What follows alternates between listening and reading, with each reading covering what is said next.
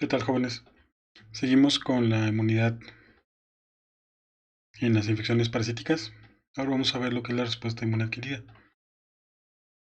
Como hemos platicado anteriormente, la respuesta inmune adquirida depende en gran medida del- de la intensidad con que se haya dado y la naturaleza de los antígenos que hayan en un principio activado la inmunidad innata. ¿Sí?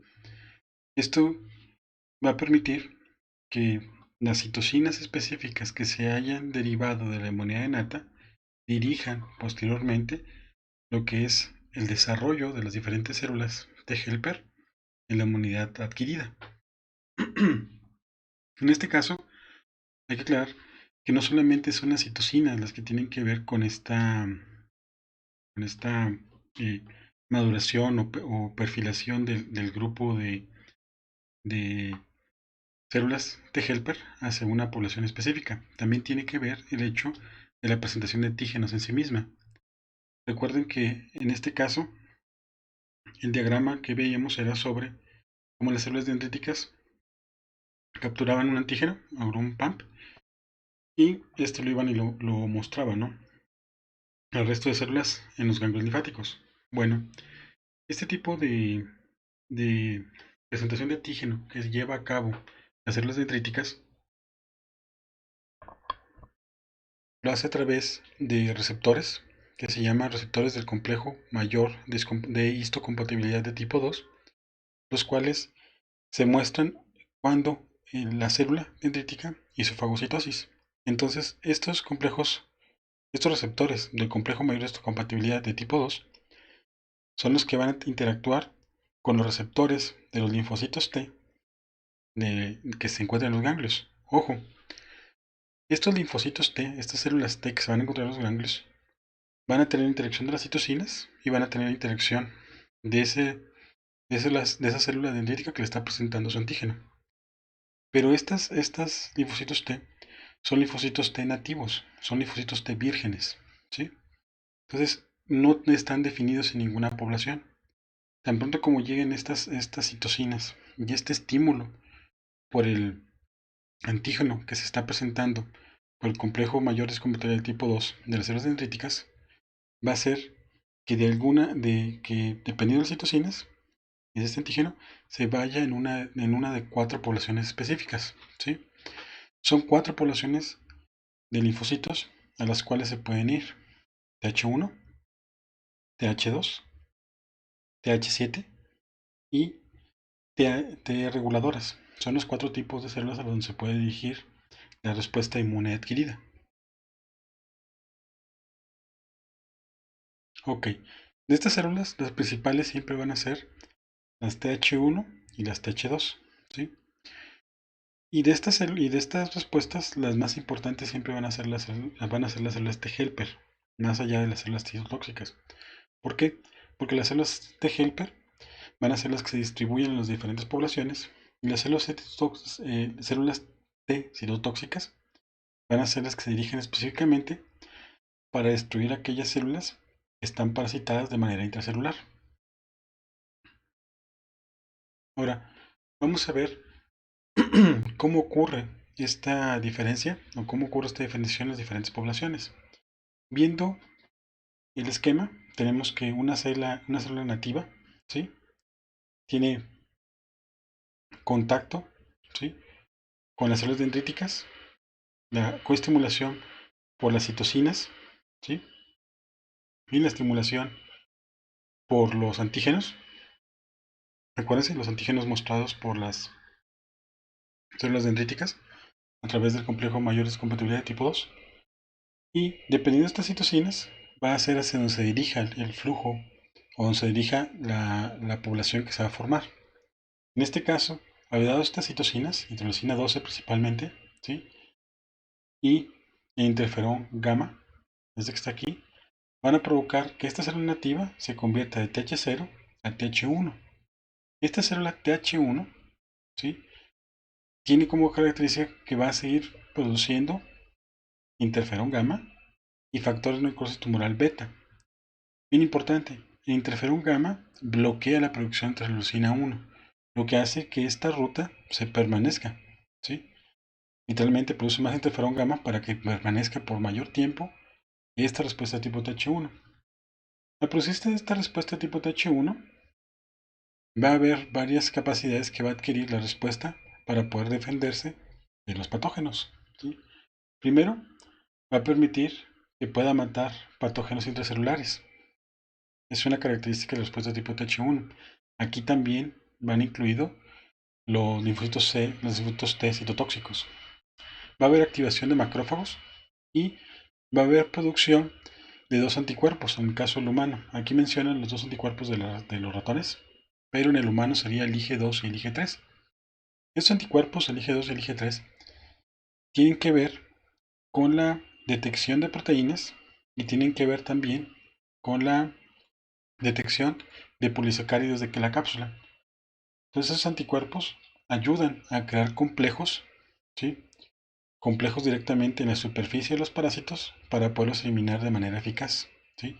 Esto al permitir que células efectoras reconozcan la parte FC, ¿sí? El fragmento constante de esos anticuerpos, lo reconozca y puedan acercarse literalmente al parásito que haya sido reconocido por esos anticuerpos Ig2 y Ig3. Ahora, esta respuesta tipo Th1 es inflamatoria, ¿sí? Y regularmente esta tiene una mayor capacidad de destrucción de tejido comparado con el resto de las respuestas. Solo hay una excepción que veremos un poquito más adelante. Ahora, en el caso de la respuesta tipo Th2, esto es más una respuesta de tipo humoral.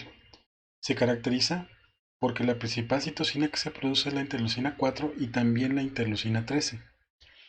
Esta producción de interleucina 4 estimula no solamente que se cree esta respuesta tipo Th2, ¿sí? que se dirige la respuesta de Th0 a Th2, sino que también esta interleucina 4 provoca una expansión en el crecimiento de los linfocitos B, que estos linfocitos B, madurarán a células plasmáticas, las cuales les producirán anticuerpos. Específicamente en esta respuesta tipo Th2, que se le llama humoral, se le llama así por esta gran producción de anticuerpos. Aquí se producen anticuerpos IgG1, ¿sí? IgG4, IgA e IgE, ¿sí? De especial interés son los anticuerpos de tipo IgE, porque los anticuerpos de IgE son específicos para atacar, ¿sí? Son específicos para atacar el mintos. Otra característica muy importante es que estos anticuerpos IgE pueden interactuar con los mastocitos y pueden interactuar también con los eosinófilos. Dos de las células que también se ven beneficiadas por esta respuesta tipo Th2, específicamente los eosinófilos. Los eosinófilos se ven afectados por la interleucina 5, tienden a ser estimulados y activados por esta interleucina 5. Entonces esto permite que estén sensibilizados para cuando haya un patógeno. Específicamente la respuesta de tipo Th2 es muy buena para destruir el mintos, para destruir gusanos. Ojo, esta respuesta también puede generar daños en tejidos, porque al final de cuentas está permitiendo la desgranulación de mastocitos y eosinófilos. También se puede dañar tejido. Acuérdense que estas dos células, sus granulocitos, tienden a ser citotóxicos, aparte de quimiotácticos para otras células. Pero el grado de daño al tejido no es tan grave como una respuesta tipo Th1. Ahora, si se observan en esta misma gráfica, en esta misma imagen, se va a ver que la interleucina 4 bloquea el interferón gamma. ¿Sí? Lo bloquea. ¿Para qué? Para mantener una respuesta continua de tipo Th2. Para mantener esta respuesta con respecto al tiempo. Ahora, la siguiente tipo de respuesta, siguiente tipo de población que se genera la respuesta inmune querida es a través de las células TH17. ¿Sí? Estas células TH17 se convierten principalmente por la exposición de estas células a antígenos, ¿sí? Antígenos mostrados por las células dendríticas, pero con interacción específicamente con las citocinas o interleucina 6 y el factor de crecimiento transformante beta. Pero aquí la que pone más énfasis para esta transformación en TH17 es la interleucina 6. Después de que esta TH0 pasa a TH17, esta TH17 tiene la característica de producir la interleucina 17, la interleucina 21 y la interleucina 22. Bien importante, de esta interleucina 17 no es únicamente un tipo de interleucinas, realmente va desde la interleucina 17A hasta la interleucina 17H. Son una gran cantidad, pero la que tiene mayor actividad es la 17A. Bien importante, este tipo, ¿sí?, de población de TH17 se asocia a enfermedades autoinmunes, ¿sí? Se asocia a enfermedades autoinmunes y tiene la cualidad de cuando está desregulada esta población TH17 genera una mayor daño a tejido comparándolo con el TH1, pero específicamente en enfermedades autoinmunes, ¿sí? Bueno, esta población también tiene la cualidad de que estimula al epitelio mucoso, ¿sí?, a producir defensinas para destruir a los parásitos que se encuentran cerca, ¿sí?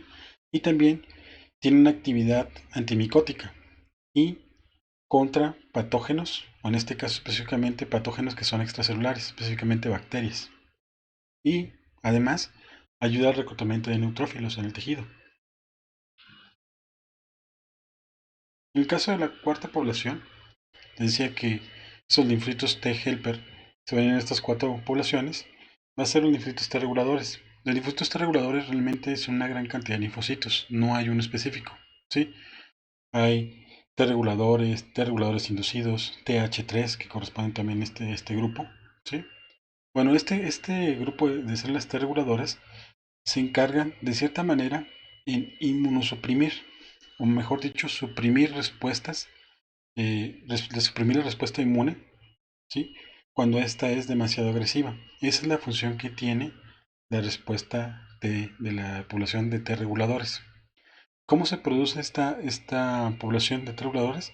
En presencia de interleucina 10 principalmente, bueno, con compañía del factor de crecimiento transformante beta. Estas poblaciones de células T reguladoras produce esas citocinas. Como mencioné, su función es disminuir la respuesta inmune, suprimirla en casos necesarios. Pero ese no es la principal función, ¿sí? O sea, no es la única función y no es la principal para todo el organismo, ¿sí? La principal función que tienen las células T reguladoras es inducir la tolerancia del cuerpo humano hacia diferentes sustancias, principalmente para que el cuerpo humano o el sistema inmune de nosotros pueda distinguir y reconocer entre lo que es propio y lo que no es propio. Esa es la ventaja que tiene. Entonces estas T reguladoras tienen la capacidad de producir citocinas antiinflamatorias, como son la interleucina 10 y el factor de crecimiento transformante beta. Ahora, como ya hemos platicado, dependiendo del tipo de parásito, va a ser el tipo de respuesta que se tenga. Algo que ya se ha visto mucho, y creo que ya lo mencioné en otro video, es que normalmente la primera respuesta que se tiene después de una infección por un parásito es un tipo de respuesta TH1, es un tipo de respuesta celular, ¿sí? Ese tipo de respuesta que está aquí. Pero conforme va pasando el tiempo, esta respuesta cambia a TH2. Regularmente la respuesta tipo TH1 corresponde a una infección aguda y la TH2 corresponde a una infección crónica. Pero hay algo importante que hay que tomar en cuenta. El cambio de una respuesta tipo TH1 a una respuesta tipo TH2 debe hacerse en el momento correcto. Recuerden que hay fases de los parásitos que son más susceptibles o menos susceptibles dependiendo del tipo de respuesta. ¿Qué sucede con esto? Si cambiamos de una respuesta tipo TH1 que es efectiva para matar al parásito a una respuesta tipo TH2, tal vez tal vez se siga atacando al parásito, el sistema inmune sigue atacando, pero el parásito tiene mecanismos evasores más eficientes para esa respuesta tipo TH2 y lo que hace es que entre en un estado de inmunidad estéril o de inmunidad concomitante, donde el parásito no puede ser eliminado y sigue causando daño al interior del individuo. Entonces, eh, esta diferencia hay que tenerla en cuenta. Ojo, hay muchos parásitos que estimulan este cambio de respuesta tipo TH1 a TH2. Un caso característico o clásico en la parasitología, es el estímulo que ejerce principalmente las gardias, la Gardia lamblia, cuando ingresa al intestino. Esta Gardia lamblia, por su tipo de interacción, puede provocar una respuesta de tipo TH1, pero de alguna manera provoca posteriormente, liberando diferentes sustancias, cambiar esa respuesta TH1 a una respuesta TH2 que le favorece más. ¿Sí? Porque esto es importante, ojo, porque si el paciente cambia de esta respuesta tipo TH1 a una TH2 que es menos eficiente para matar al parásito, muchas veces esta respuesta TH2 va a permitir que evolucione la infección hasta un punto que se genere una enfermedad grave, realmente grave, que ya sería intratable. Entonces, hasta aquí estamos viendo las diferentes rutas, poblaciones que se generan en respuesta inmune adquirida, ¿sí? O adaptativa. Vemos las cuatro poblaciones, TH1, TH2, TH7 y T reguladoras. Sabemos de dónde vienen, ¿sí? De células TH vírgenes, que en contacto con las células dendríticas y la presentación de antígeno a través del complejo mayor de tipo 2, más diferentes citocinas, va a permitir que se vayan a alguna de estas poblaciones, ¿sí? Y bueno, ya vimos cada una de las características de estas poblaciones y qué hacen. Ahora vamos a ver escenarios de reacciones de defensa contra parásito.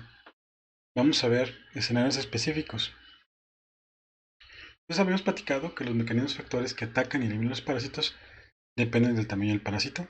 Acuérdense si son larvas o son parásitos adultos. La multiplicación del parásito, si es en piel, intestino, sangre, o si pueden estar en el sistema nervioso central, va a ser el tipo de escenario que se va a ver. También si es un protozoario en el minto. Regularmente si es un protozoario, la respuesta es tipo TH1. Si es un helminto, la respuesta es tipo TH2.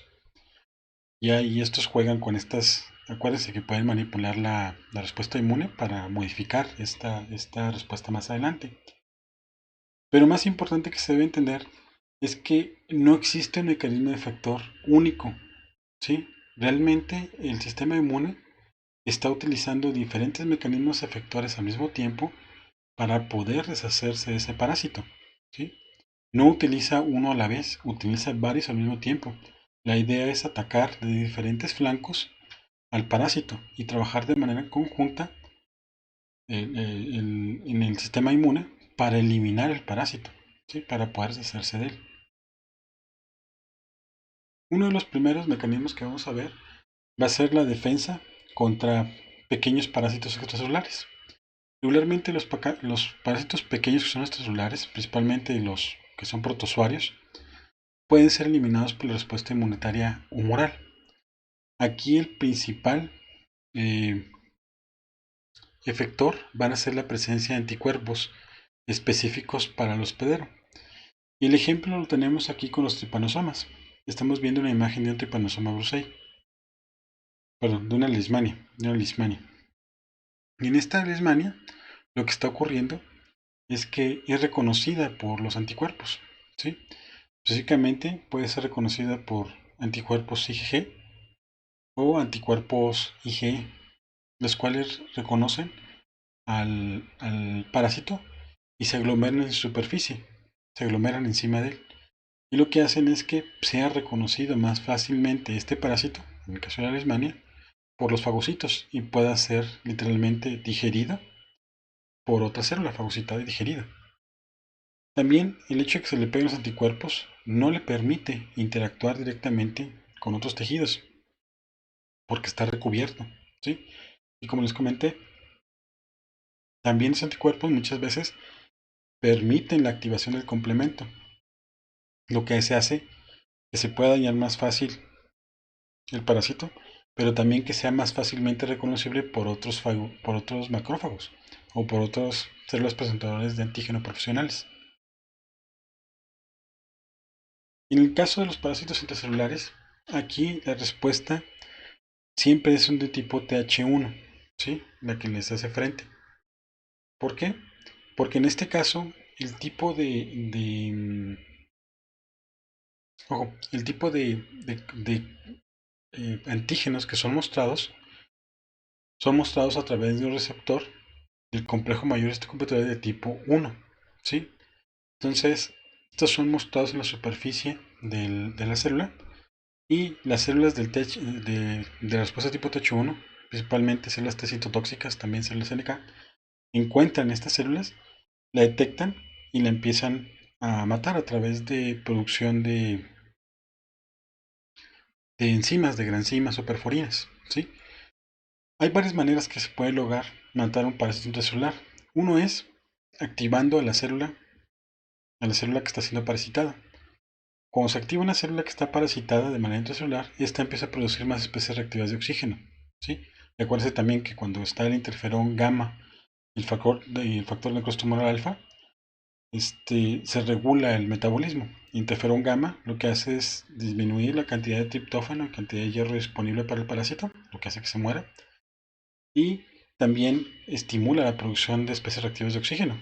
Literalmente se liberan radicales libres, en este caso iones superóxido y iones hidroxilo, que pueden matar al parásito. O se puede inducir directamente una apoptosis, ¿sí? Con la respuesta del factor necrostumoral alfa, cuando el parásito está bloqueando las vías de producción de proteínas. Otra manera que puede ser llevarse a cabo es literalmente cuando células están alrededor y ya han detectado que esa célula está infectada, de nuevo, por los receptores del complejo mayor de compatibilidad de tipo 1, están mostrando antígenos del parásito intracelular. Entonces, estas células que están alrededor empiezan a liberar diferentes citocinas que son captadas por la célula que está infectada. Muchas de estas sustancias pueden ingresar a través de la membrana plasmática y directamente atacar al parásito y matarlo. Entonces, hay varias maneras. Una puede ser que la misma célula mate el parásito, que otra célula obligue a que la célula se muera, ¿sí? Entre en apoptosis.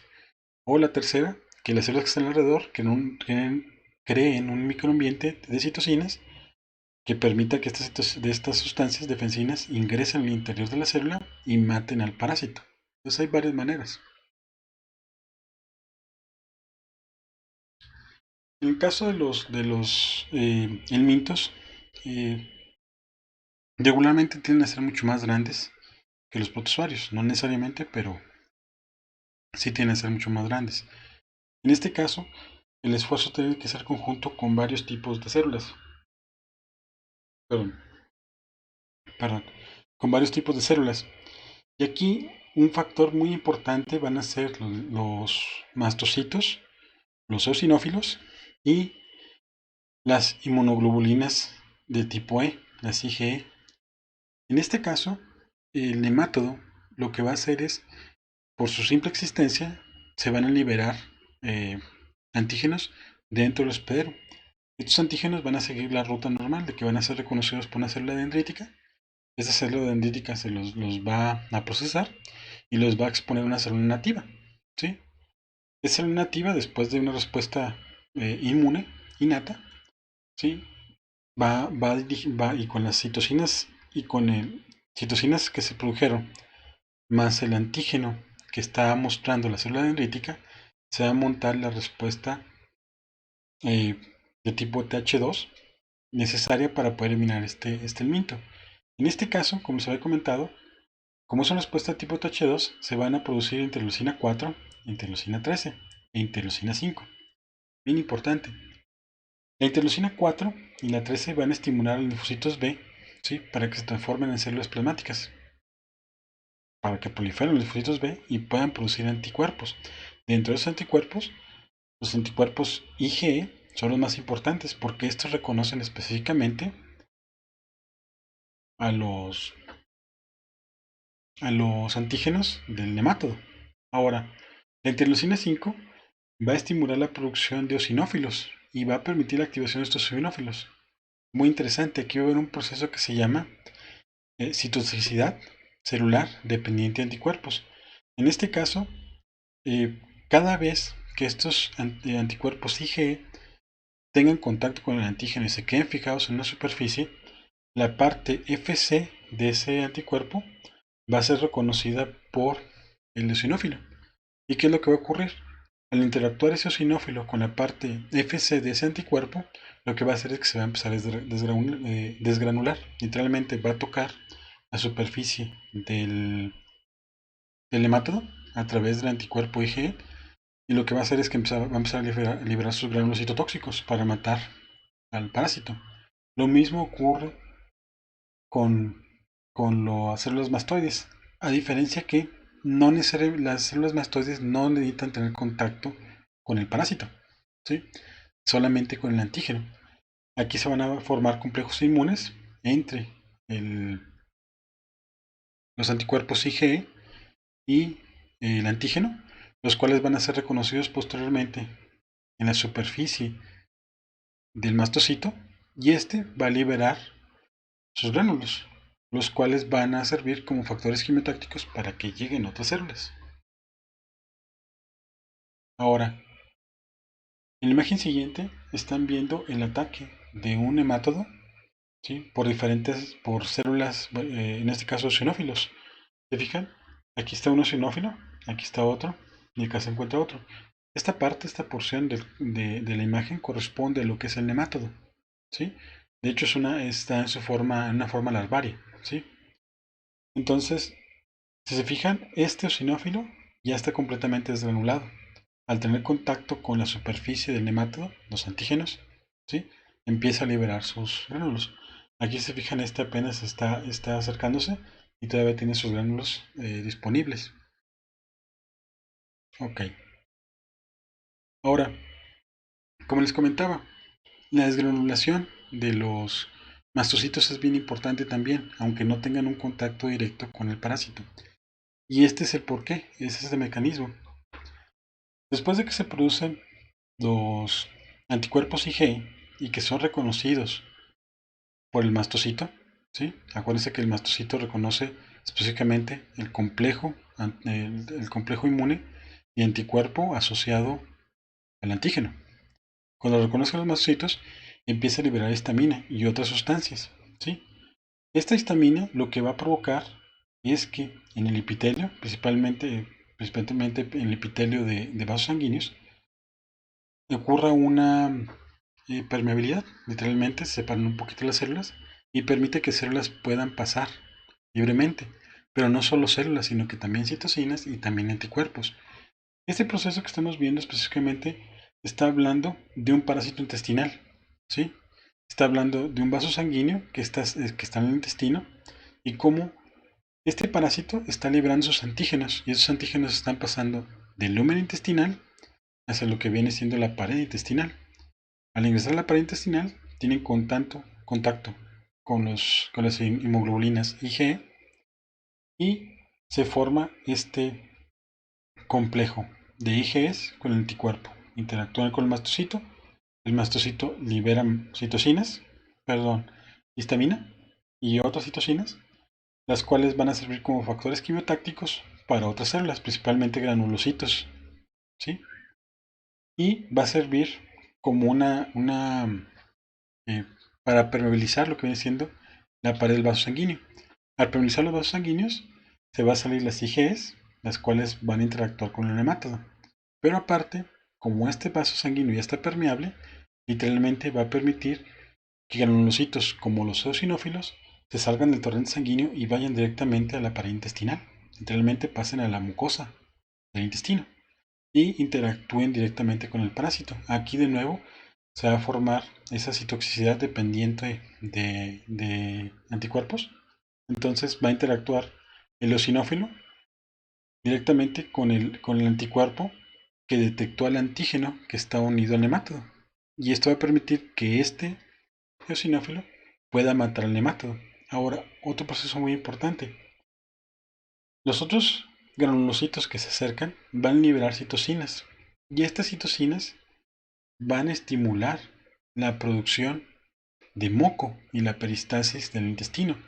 Lo que va a ocurrir es que se va a generar una gran cantidad de moco en el lumen intestinal, en la pared del intestino, pero específicamente hacia el lumen, se va a generar una gran cantidad de moco, lo que ya no va a permitir que el nematodo se pueda fijar de manera correcta.